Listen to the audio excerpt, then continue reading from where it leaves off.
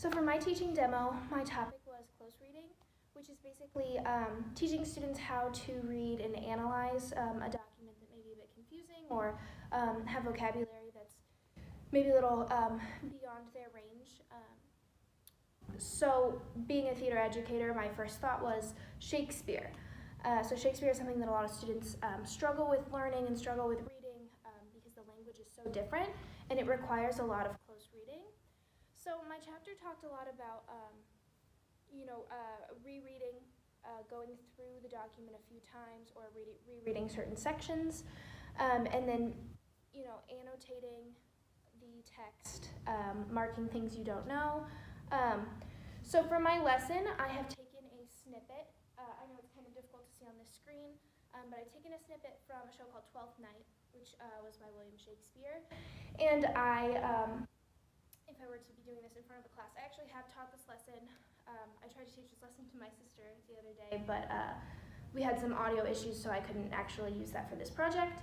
And I didn't have a chance to sit down with her again, so I'll try and incorporate some of the clips that are usable from that video and incorporate them into this video. But I'm just going to kind of talk through my lesson and why I made certain choices.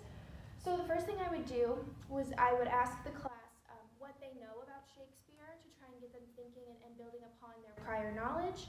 A lot of students don't know a whole lot about Shakespeare other than that he's one of the most, if not the most famous playwright of all time. They know that the language is really, really difficult. They view it as very, very difficult because they're not exposed to it. So that's one thing, if it's not brought up, that I would want to hit, is that the language is very different than what we use now. Certain words mean different things now than they did then. It's essentially poetry, and he speaks in verse, so iambic pentameter. So one thing that the chapter talked about when it talked about close reading was modeling, so showing students what to do. A lot of times teachers will sit down and give their students a reading and say, annotate it, mark it up, analyze it, and not really dive into what that means or how to do that. So what I would do is I would go through the first 4 lines of this first paragraph. So if music be the food of love, play on, give me excess of it, that surfeiting, the appetite may sicken and so die. That strain again, it had a dying fall. So after that first initial read-through, I would ask them what their first impressions are, and what things, stuck out to them. Specifically, I would ask them what words were difficult for them to understand. When I taught this lesson to the student that I taught it to the other day, surfeiting was one word that she struggled with.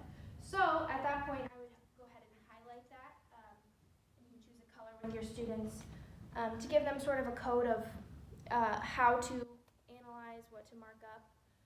So surfeiting, I went ahead and highlighted that in yellow.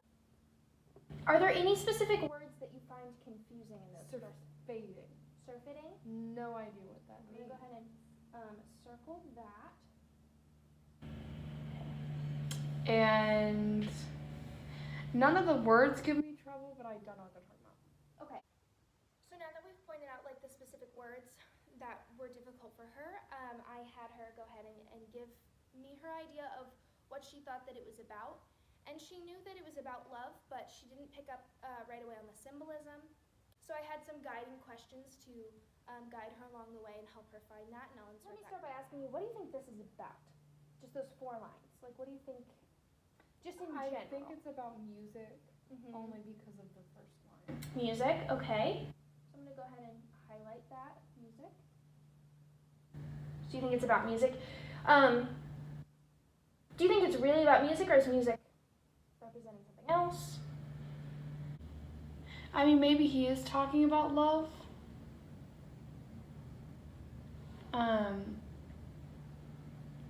Because maybe he's feeling the vibes of love, and he hears the music, and he's like, oh, the music is making me feel a certain way. So I'm going to go ahead and mark up that symbolism.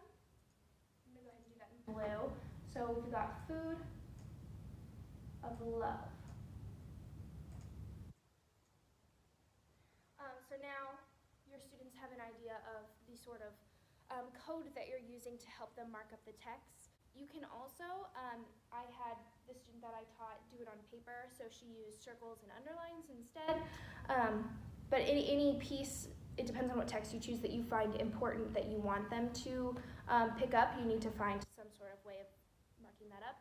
So for this, I am using yellow for words that are confusing, blue for symbolism, and then having your students mark phrases that they find are important or that stuck out to them is also really important. So at this point in my lesson, I had a paper copy of this same thing, this same paragraph, and I gave it to my student, and I had her do a first read-through on her own, and I had her use our little code to kind of analyze it in her own way. I had her really focus on the parts that are confusing or the parts that she did not understand, and I can go ahead and show you what she marked up here. So she went ahead, like I said, we did underline and circles rather than color coding because she didn't have highlighters on her. So she underlined parts that stuck out to her that she liked. So she underlined that breathes upon a bank of violets, and then enough, no more. And we went ahead and talked about why those stuck out to her. You underlined the enough, no more. You already talked about that. And that breathes upon a bank of violets. Breathes. Yeah, that's some pretty imagery. Breathes upon a bank of violets. Rather than focusing on specific words that she found confusing, she actually ended up circling a few lines that she just really struggled with understanding. And then we kind of dug in with some questions and found those specific words that were making it difficult to understand. So I let her have that first read-through. We broke down those words that were confusing.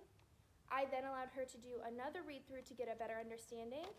And I asked her, again, what she thought it meant, what Shakespeare's purpose in writing it was. And at this point, I went ahead and broke it down line by line, and we essentially translated what he was saying into modern English so that she would have a better understanding of what he was saying. We ended at that strain again and had a dying fall. So, oh, it came over my ear like the sweet sound. Pretty straightforward. It came over my ear, that sweet sound,